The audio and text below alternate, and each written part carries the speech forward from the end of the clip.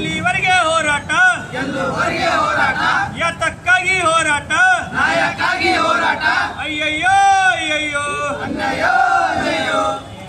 ಮಾಡಲೇಬೇಕು ನಿಕಟಪೂರ್ವಕ ಅಧಿಕಾರಿಯುಕ್ತ ಶರಣಪ್ಪ ಅಮಾನತು ಮಾಡಲೇಬೇಕು ಕಂಠಪ್ಪ ಸೋನಿ ಅವರನ್ನು ಕೂಡ ಅಮಾನತು ಮಾಡಲೇಬೇಕು ಬೇಕೇ ಬೇಕು ಅಮಾನತು ಮಾಡಲೇಬೇಕು ಅಂದ್ರೆ ಕಲಬುರಗಿ ಜಿಲ್ಲಾ ಸೇಡಂ ತಾಲೂಕಿನ ಕುರುಕುಂಟ ಗ್ರಾಮದಲ್ಲಿರ್ತಕ್ಕಂಥ ಒಬ್ಬ ನಿಕಟಪೂರ್ವಕ ಶಾಖಾಧಿಕಾರಿಯಾದಂಥ ಶರಣಪ್ಪ ಅವರು ಸುಮಾರು ದಿನಗಳ ಹಿಂದೆ ಸೇಡಂ ತಾಲೂಕಿನ ಕುರುಕುಂಟ ಗ್ರಾಮದಿಂದ ಏನು ಮಳಕಡ್ ಗ್ರಾಮಕ್ಕೆ ಏನು ವರ್ಗಾವಣೆಯಾಗಿರುತ್ತಾರೆ.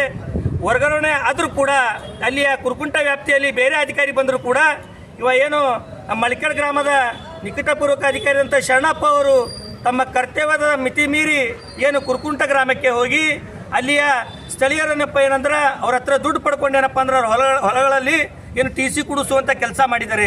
ಇದು ಇವತ್ತು ನಾವು ಕಲ್ಯಾಣ ಕರ್ನಾಟಕ ವೇದಿಕೆ ವತಿಯಿಂದ ಇವತ್ತು ಖಂಡಿಸ್ತಾ ಇದ್ದೇವೆ.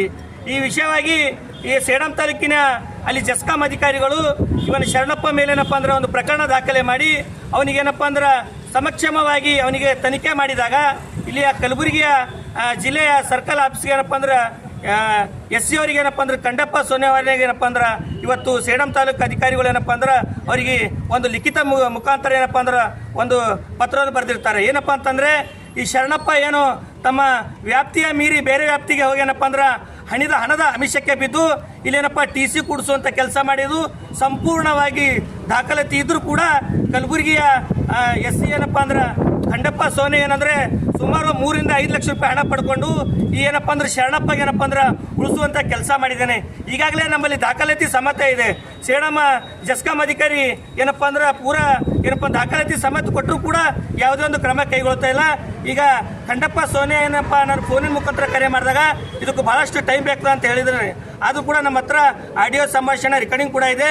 ಇವ ಭಯಪಟ್ಟು ಸೋನಿ ಏನಪ್ಪ ಅಂದ್ರೆ ಕಂಠಪ್ಪ ಸೋನಿ ಭಯಪಟ್ಟು ಇಲ್ಲಿ ಸಂಬಂಧಪಟ್ಟ ಮೇಲಧಿಕಾರಿಗೆ ಏನಪ್ಪ ಅಂದ್ರೆ ಒಂದು ಮನವಿ ಬರೆದಿದ್ದಾನೆ. ಏನಂತ, ಸರ್ ನಮಗೆ ತನಿಖೆ ಮಾಡೋಕ್ಕಾಗ್ತಿಲ್ಲ ತಾವು ಮಾಡಿ ಅಂತ. ಅಂದರೆ ಇವರಿಗೆ ತಳಗೆ ನೀರು ಬಿಟ್ಟರುಪ್ಲೆ ಮೇಲಿನ ಅಧಿಕಾರಿ ಮೇಲೆ ಹಾಕುವಂಥ ಕೆಲಸ ಮಾಡ್ತಾ ಇದ್ದಾರೆ.